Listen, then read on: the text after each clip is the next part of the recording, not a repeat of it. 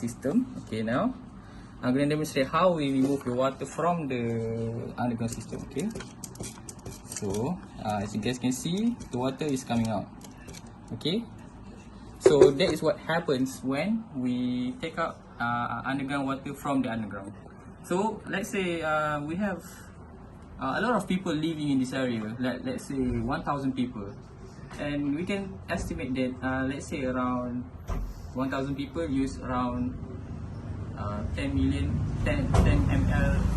of water per, sorry, 1 liter per 1 people. Let's say we make an example, so we can assume how much water are going to come out of the soil while it is being restored by the environment. So we need to consider how much the water gets in the underground and how much that we use periodically. So by that we can estimate how much we use, and we can try to manage how much we take it out of the system, while the amount that we use, we try to use it as efficient as possible. Okay, now next, what happens if there's a contamination happening? So what, like let's say there's a lorry carrying chemicals and all such things that can harm the system, the underground water system. So let's say this is the chemicals, okay, this red chemicals. There was a crash, and then there's a lorry spilled their chemicals onto the ground that we are living. Okay. Okay, now let's see. Oh no, there's a chemical spill.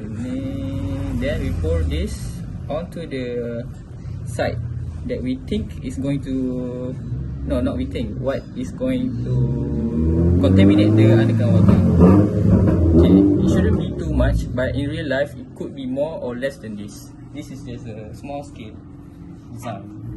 Okay, now after a few days or after a few months, usually it takes a few days, it's enough to contaminate, could reach the underground water. So now let's see what happens to the underground water when it is contaminated by foreign substance or chemicals. Okay, see? As you guys can see,